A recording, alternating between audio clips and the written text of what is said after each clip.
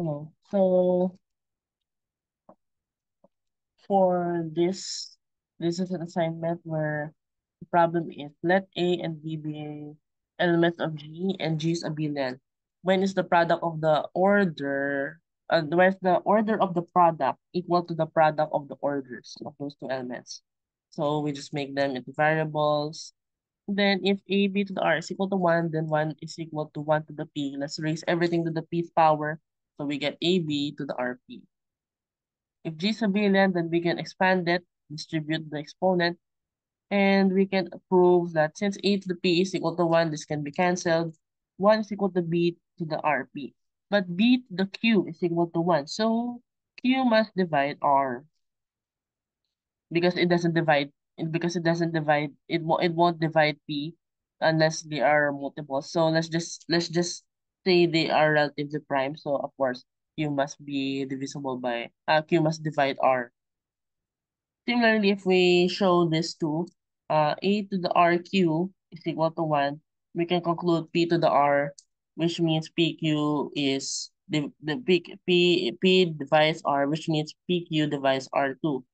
This is only true PQ is equal to R, which is the statement, the order of the product is equal to the product of the orders, if and only if P and Q are relatively prime. This is also true only if they are relatively prime, and this is also true when R is relatively prime to P.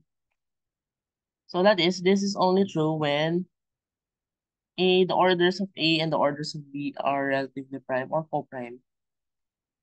So this is the other assignment, which is P and asterisk without zero, which of with which values of n is the n cyclic. So it means what is there a generator always? So what did I put? There are cross lines here. Anyway, so the assertion is proof 2 is a generator for dp asterisk. So I was attempting to prove this by asserting, let's say it's obvious that there are p minus 1 elements. So, and it's also by the definition of the modulo, it's a remainder. It can never go over 5 in this case, or it means it can never go p over p.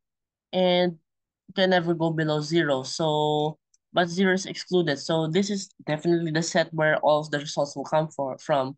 And there are, in this case, 4. So that's p minus 1 elements. The only thing to prove that this is some rearrangement of this set is to prove uniqueness. This is the pigeonhole theorem. So if they are unique, of course, it must be this set, just in random arrangement that we can never prove. Unless we can, I'm not sure yet. So this looks a lot similar to the Fermat's little theorem, so which proof I got the idea from, whose proof I got the idea from. But apparently, this assertion is not true, that's why it's crossed out. So I ran this code in C++. So apparently I set int equal to 0, so it kind of messed it up. But I'm just going to erase that and make it into 1.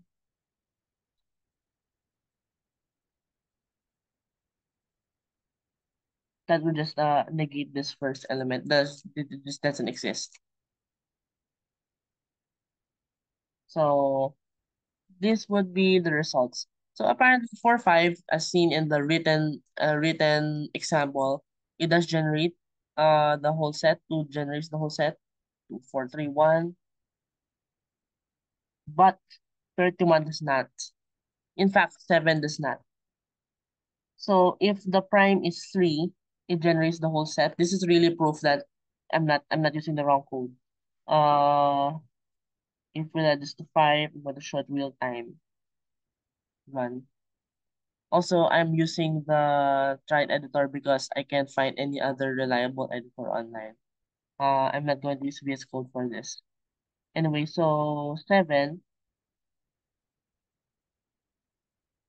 I think is the smallest integer that would never that wouldn't gen that 2 wouldn't generate. So it doesn't generate the whole set. So automatically this assertion is not true.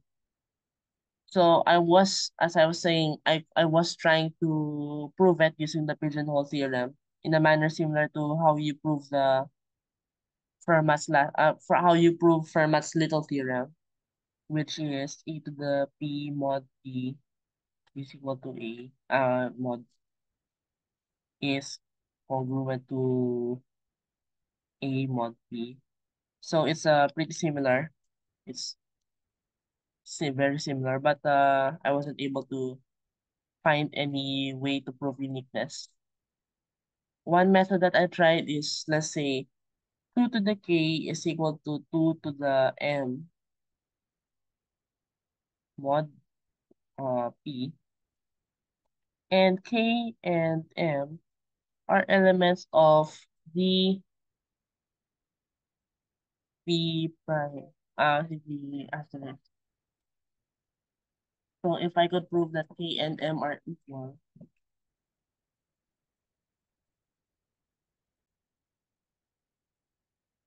okay, so math interruption. So if I could prove that k and m are equal, then that would prove 2k is the only 2k mod p is unique. So basically there's no other 2 to the m. That's just to the k. So it must be unique. So I cannot find any way to prove this. It just ends up in dead end. It just ends up in a dead end.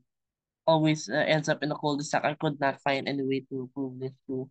But if I could, then it would work. It would be insanely hard, possibly, if I had this p to the k equals p to the m mod p. Is this mod some wait.